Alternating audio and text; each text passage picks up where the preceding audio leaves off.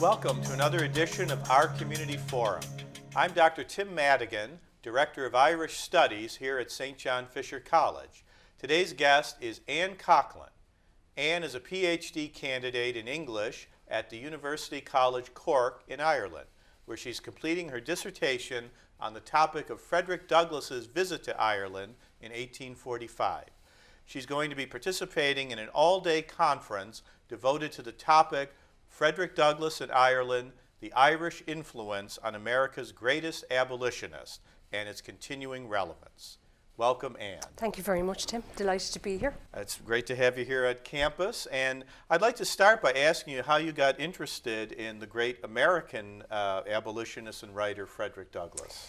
Well, my first introduction to Frederick Douglass was as part of a course that I took on 19th century American literature as part of my master's course.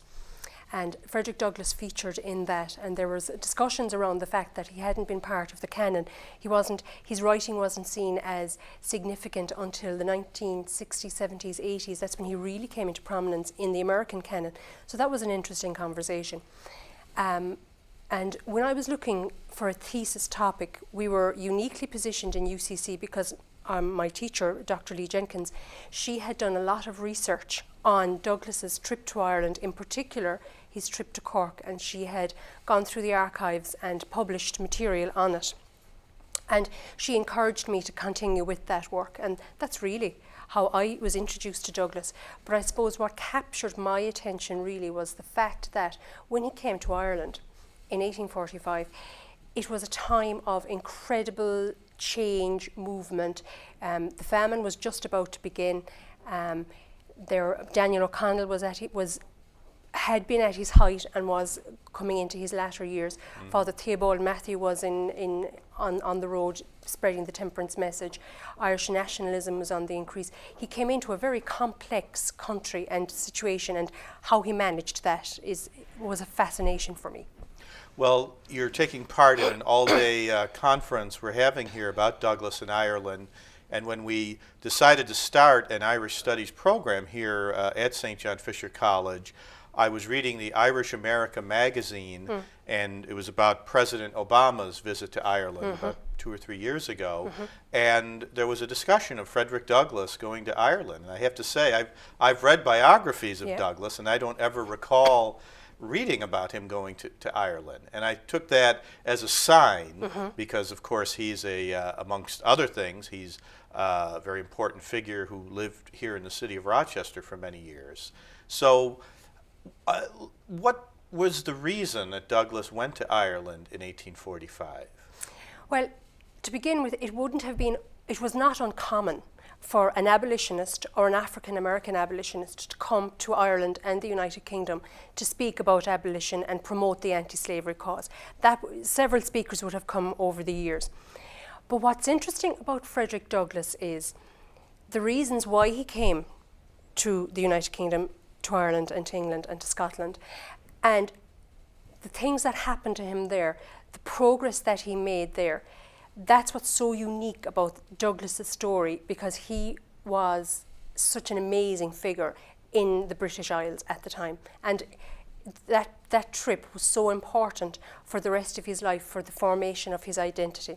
So that's really why that's an important point there. But the reason he actually came to, it wasn't unique that you had abolitionists speaking in the United Kingdom, but the reason he came is he, was around 1841, he would have started working as an abolitionist agent, travelling around New York and the surrounding areas, and Massachusetts and Boston, and speaking about anti-slavery and promoting abolition. And people felt that he was an imposter because he was such an amazing speaker and writer. So he wrote his autobiography. But once he had that written, he had named names, places, dates. So he was now putting himself in the way of being taken right back to the south, because his master could have taken him without any difficulty back to the south, back to slavery, because he was a fugitive slave. So because of that, the abolitionists in his abolitionist group decided that they would send him, that they would sent him to the United Kingdom to take a speaking tour and to spread the abolitionist cause there again, to continue the moral crusade. Now, it was a very dramatic gesture that Frederick Douglass was a fugitive slave who landed in a monarchy, who left a republic, landed in a monarchy, and there, in a way, discovered what it was to be really free. So that's what makes it very dramatic. And that's really why he came to Ireland, to get out of the way of trouble for a little while until the trouble died down, to take a speaking tour, and to also to sell more copies of his narrative, which was very important because that was his source of income. Now, how old was he around the time he went to Ireland? Oh, he'd have been 30s. Oh, jeepers, I can't remember now. He'd have been young. Yeah, so Yeah. because we often Early 30s, think of late Douglas in America as the Yeah. older Douglas of the Yes. Civil War period. Now, that's a very interesting point, because if you look at the narrative, his first autobiography, there's a wonderful picture of the young Douglas, and you don't always see that. It's the more mature and stately Douglas is what you see, with the Yeah. white mane of hair. And I think when you don't see the young Douglas, you miss the formative influences that the transatlantic trip was, and his transatlantic connections. They were very important for his development as a speaker and a writer and as an independent thinker. So he, as you say, he had escaped from slavery from Maryland. Yeah, up to Rochester. He was living in up to New Bedford first. He worked there for a while. He couldn't. He was a trained caulker. He had a trade, but he couldn't work on the in the shipyards because of labour disputes. So he took labouring jobs, but he also took The Liberator, which was an anti-slavery newspaper published by Henry Lloyd Garrison, and that's really where he started to make the network, to meet the people.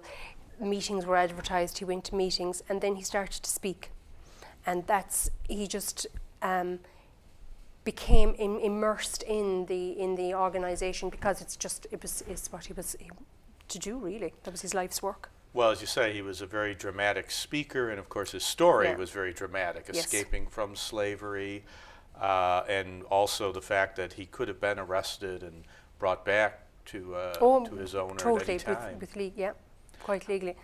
How do you know how his trip to Ireland, who paid for it, or how that occurred? Now, what would have happened there? They'd have paid his passage across. He would have had some travel expenses, but not all. Not all of his out-of-pocket expenses were covered. He would have gotten a salary. But, oh yes, the Edinburgh Society had gave him a small stipend as well to help him on his way. But the bulk of his earnings came from the publication of his narrative. Now, that was a very important event in his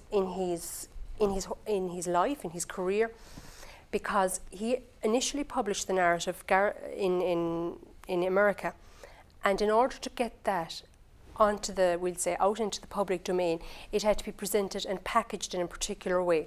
You had Douglas's story, his text, the story of his life in the middle, but surrounding that then, it would have been expected that letters would have been put in by white abolitionists to say, yes, this is an authentic voice, yes, his story is true, we believe him, yes, what he tells us is true, yes, this is an important story, we have to read it.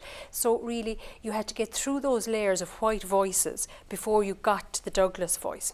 And he wouldn't have had any say in that. That's just the way it was packaged. But when he went to Ireland, a Dublin Quaker printer, Richard Davis Webb, an amazing character, he was interested in publishing an Irish edition of Douglas's narrative. But once in Ireland, Douglas then took more control of the creation of this text. He took out the white letters, you could say, and he put in his own preface. He put in his own preface ahead of the American preface. He included a parody of American churches, American religion at the back. He made some changes to the layout of the book, and when he did that, he also changed the political implications of that book, because it now became his voice.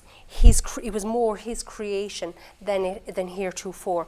Another important development in the narrative was he changed the picture. He wanted a different picture in the Irish edition of the narrative. Now, actually, that Irish edition, there were 3 editions. There was the first edition, the first variant, and a second edition, because he sold many, many copies. He sold 4,500 copies in the first 3 months. Now that's a lot of copies. It's a lot of literature to move. But back to the picture.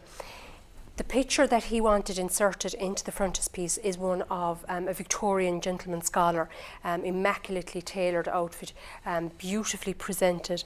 So he wanted to create an image. He imagined himself as that Victorian gentleman, as that scholar, as that intellectual mind, totally different to the vernacular minstrel type figure that was to become the norm. And he was showing that there is another alternative, there is another way of being.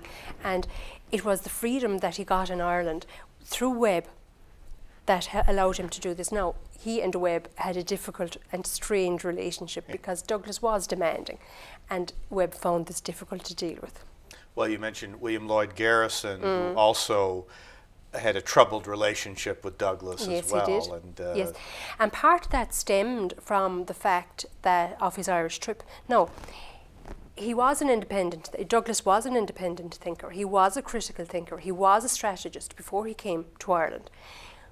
Because in his early correspondence, for example, he was quite happy to make suggestions to Garrison and to write on suggestions as to how better to run the organisation. For example, he sent a letter with suggestions about agents' pay.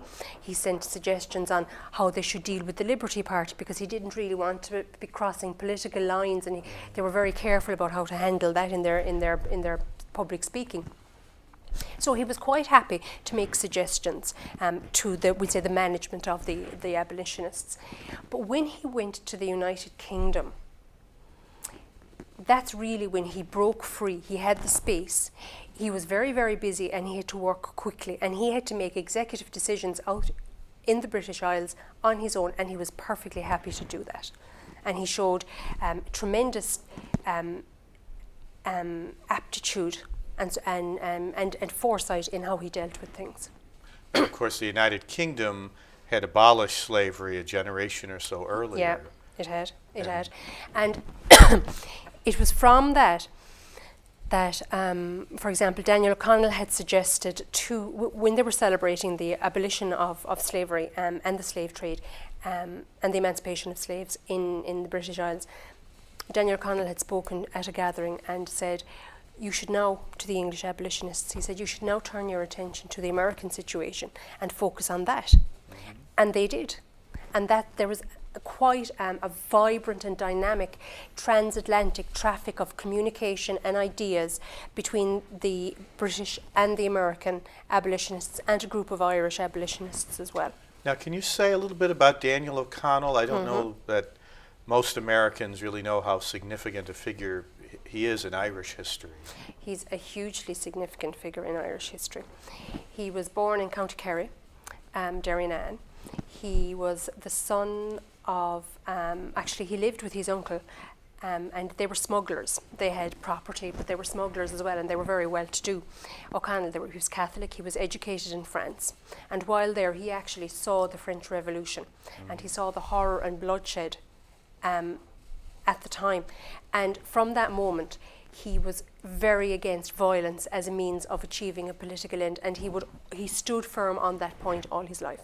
He travelled to England, trained for the bar, took his degrees, and was a very, very popular and powerful solicitor on the Irish circuit. And he took a lot of cases for the Irish Catholics and won them. He became a member of Parliament as a young man as well, which was again unusual, Catholic, Irish member of Parliament in the British Parliament, and he spent a lot of time there. And it was there that his reputation as an orator became truly international. Now, he was a strategist. He was able to play the political game, and he made alliances with the smaller groups in the British Parliament to try and promote the cause of Irish emancipation and later Irish repeal. But while it was a strategic move, you can't doubt the passion and the eloquence and the sincerity with which he spoke about American slavery and with which he promoted anti-slavery. There was a genuine eloquence in that.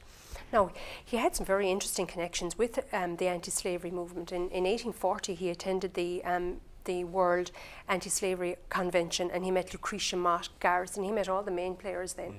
In 1841, the Irish Charles Ramon was travelling in Ireland, an abolitionist again, and he encouraged the Irish to collect a load of signatures to speak to the Irish Americans and ask them not to support slavery. Yes. So there was the numbers vary, but somewhere between 60 and 70,000 signatures were gathered. And Daniel O'Connell and Father Theobald Matthew both signed that. So that was in 1841. Ramon returned to America, and in January 1842, there was a meeting at Faneuil Hall, and Garrison held the great address aloft, and Douglas was at that meeting and he saw it and he was amazed by it. So even from that early stage, he was aware of O'Connell. Actually, Douglas was aware of O'Connell from much earlier than that, because some of his speeches would have been reproduced in the Columbian Orator, and he would have read them in that, he would have studied them in that. So then in 1843, O'Connell wrote to the Cincinnati Repeal Association, because he didn't want them to send any slavery money to him. While he wanted money to support the cause of repeal in Ireland, he didn't want Southern money, because he didn't want to compromise his anti-slavery position. So he wrote a very powerful and stirring address to them. And then, of course, in 1845, he met Frederick Douglass, which is an amazing event. I remember reading that if O'Connell would meet an American from the South, he would ask him if he was a slave owner, and if the person said yes, O'Connell would not shake his hand. Yeah, that's correct. And that correct. became known in America. Yep. And not just the abolitionists, but many others were very moved by that.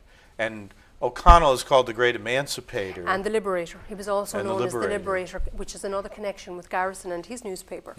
And it's interesting, because one of the things we'll talk about at the conference is the continuing influence of Douglass, and I think likewise with O'Connell, that they were both what today we would call civil rights leaders. Yeah. O'Connell is known for his work with Catholic emancipation, trying to get Roman Catholics the right to hold office and be full And to have citizen. the vote. And the funny thing is, while he did achieve Catholic emancipation, in a way he shares the disappointment probably that, we'll say, after the Civil War, blacks were emancipated, they were freed, but still it wasn't the ideal situation that they had hoped for. It was still a very, very difficult situation. It was far from perfect. It was the same with emancipation. It was only a very limited emancipation, and there was a disappointment about that. So I think that is an interesting connection as well between. Now, it's not quite the same, but there is a disappointment there. Sure. And of course, Douglass lived long after the end of the Civil War. He did, which is another interesting point, in that through the length of his very, very long and busy and full life and career, Ireland and the Irish feature and appear. You had from reading the Orator, the Columbian Orator, when he would have read Sheridan and O'Connell, to the time that he met him in the 40s. He also often spoke about the Irish in America, who were ambivalent at best and downright pro-slavery at worst. Once they were in America, and he often mentioned that. But he still, like, for example, in 1875, he said, there is no group more prejudiced against colour than our Irish-American fellow citizens, yet none was as repressed on account of their colour, on account of their creed or their religion. So he was able to hold that, he was able to hold that balance in his hands. So it isn't actually a contradiction to study Douglass in Ireland, because he had such a relationship with the country and with the people. Well, the two things that I found most interesting in that regard, first of all, O'Connell apparently referred to Douglass as the Black O'Connell, He did. which for him was a great compliment. Yes, it was. O'Connell, like many great people, had a great ego. So, and then secondly, Douglass, I think on several occasions, said it was only going to Ireland that really made him feel like he was treated as an actual human being, Yes. not as a thing or as a spokesperson, but just as a human, which is what he wanted, and which he said that's what everybody wants, be treated with dignity. I think some of his most beautiful writing occurred spontaneously in Ireland. When he writes about the soft grey mist of Ireland on me, and that he feels like a man, and he describes his reawakening and what it was like to go into a restaurant, sit down, handed a menu, asked what do you want. He would get on a bus, he would get into a carriage, he would get onto a train, and they would just move to the side and let him sit down. It was a revelation to him, and just these gestures were very, very powerful gestures in the course of his life. But he had the capacity to work these into mental images and to use them to explain the importance of his trip. Well, talking about the trip itself, it's amazing how many speeches he gave throughout Ireland. And I wanted to focus on two particular cities. The first is Waterford, which is the sister city of Rochester. And I know you've written on his talk there. I have. He spoke once in Waterford, one night. Very little had been, actually no work had been done. It was just always kind of a part of a sentence in any of the work on Douglas. You know, he spoke in Waterford, and then moved on to Cork. But if you were to let it just lie like that, you would miss an opportunity to learn so much about the Irish situation, because while it says he spoke in Waterford, that's fine. But when you go into the archives and unpick the Waterford speech, we don't have a copy of the speech, but unpick the Waterford venue, unpick the Waterford meeting, you discover that he actually became a pawn because he was a guest of the abolitionists, right? The Irish and the English abolitionists were by and large they would have been from the Protestant sects, the Protestant groups, the Quakers, the Unitarians. They would have been the core constituency of the Reform movement. So Douglas would have been moved from group to group of those, from society to society of those, and he would have met he would have spoken at large meetings, but it would have been mostly of a particular constituency, a particular middle class, white, merchant and professional grouping. So when he came to Waterford, this was his constituency, but it was a very small crowd because there had been poor publicity and the weather was very bad. And then an anonymous person sent a poem into the newspaper, very upset at the fact that people had taken no notice of Douglas's visit to Waterford and that he had had such a poor reception.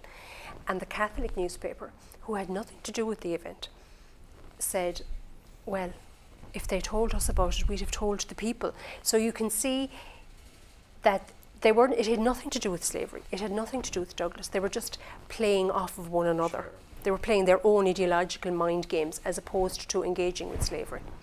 Well, I'm happy to report that the site where Douglas spoke in Waterford, at the site there's going to be a plaque commemorating his talk there, because of course after his time in the United Kingdom is when he moved here to Rochester and spent the next 30 years or so. So that it's nice for us to be able to make that direct connection between our two sister cities. And you saw the plaque in Cork as well. Well, I was going to say the other trip that I'd like you to speak on is to your own city of Cork. And That's as you say, there's a plaque that was recently placed there at the site in which he resided. Yeah, in the Imperial Hotel on the South Mall. A lovely plaque was unveiled there just at the end of last year. He arrived in Cork after Waterford. He spent quite some time there, spoke at many meetings. He stayed with a Unitarian family, the Jenningses. They would have been a well-to-do family. They had their own manufacturing plant, and they made kind of soda water, which would have been a curative for hangover. Oh yeah. And if you weren't drinking, then you could take that as a drink if you were out socialising. So he stayed with them. He spoke in a variety of settings. The one thing which was an important aspect in Douglas's evolution as a political speaker, as a thinker and as a writer, was the fact that in Ireland, as he stood on his own 2 feet, because of the people he met, the VIPs, the important figures that he met, he was actually introduced to different constituencies of people. So in Cork and in Dublin, for example, in Dublin, he met O'Connell. And I'd like to speak a little more about that in a minute, but he met O'Connell. once he spoke with O'Connell, he was exposed to a large Catholic, the rising merchant and professional class that was coming up through the ranks in the mid-19th and later 19th century. So he would have been introduced to them. In Cork, he spoke with Father Matthew, the Apostle of Temperance, and he met him several times. But once he spoke with Father Matthew, he was again introduced to another particular constituency. Now, in this case, there was about 260 people at the meeting, which wouldn't have been a big meeting by those standards, because thousands usually attended these meetings. But it would have been, you'd have had a largely Catholic group, a lot of ladies at the meeting. And so he was introduced to the Catholic and the ladies. He also met the ladies through the anti-slavery ladies associations, and he was very quick to promote their involvement in raising funds for the anti-slavery cause in America, because they used to send products and gifts to the Boston bazaars to raise funds. So it was consciousness raising and fundraising for the abolitionists. But it was also an opportunity for the women to exercise political agency in a public setting. So it was actually a very, very important stepping point for them as well, and they appreciated it, and he appreciated the work that they did for him. And of course, when he moved here to Rochester, he became very involved with the suffrage movement. In 1848, the Women's Declaration, he took part in that. Yeah. What about O'Connell? You wanted to say something more? Yeah, actually, I think one of the places that Douglas writes most beautifully is after meeting O'Connell. Now, he idolised O'Connell, and despite the fact that Garrison and O'Connell had had a falling out, because Garrison was anti-everything. He was anti-Sabbath, anti-clericalism, and O'Connell had passed a remark about that and said he was a bit of a maniac. Garrison got very upset. So they had a little exchange there. But despite that, Douglas was determined to meet O'Connell, and he saw him on the street. And he actually writes about seeing him on the street, and he said there was crowds of children gathered around him shouting, "Oh, Dan, Dan, here's Dan." And he was a tall, statuesque man. O'Connell was dark, curly hair. I presume it wasn't quite so dark at that stage. But Douglas was so impressed to see him. You could see, you can sense that Douglas was like a child looking up at the great liberator, the great orator. Then he heard him speak, and Douglas writes so beautifully on O'Connell's eloquence. And O'Connell used to hold these massive monster meetings where you could have 20, 30, 40,000 at the meetings. Now, they were well reported on, but people didn't believe them. People in America didn't believe that that was possible. How could one man be heard by such a large group of people? But Douglas said once you'd hear the timbre of his voice, the pitch of his voice, you could actually imagine that, yes, he could cover a huge area. He could speak to a large group of people. And he actually understood the power of the presence and the voice as he watched O'Connell. And he took that with him. As our Irish Studies program here at St. John Fisher continues, we will pursue further this connection between the great Irish emancipator Daniel O'Connell and the great American abolitionist. Connection. It's a very rich connection. And I'm delighted that you were able to join us to help begin the discussion on this. I hope you'll be able to return, and I'm looking forward to seeing you back in Cork. Very much keep the drive alive and talking about the two great emancipators and their longtime connection and the influence that it continues to have. Thank you very much for having me here. Thank you, Anne. Thank you.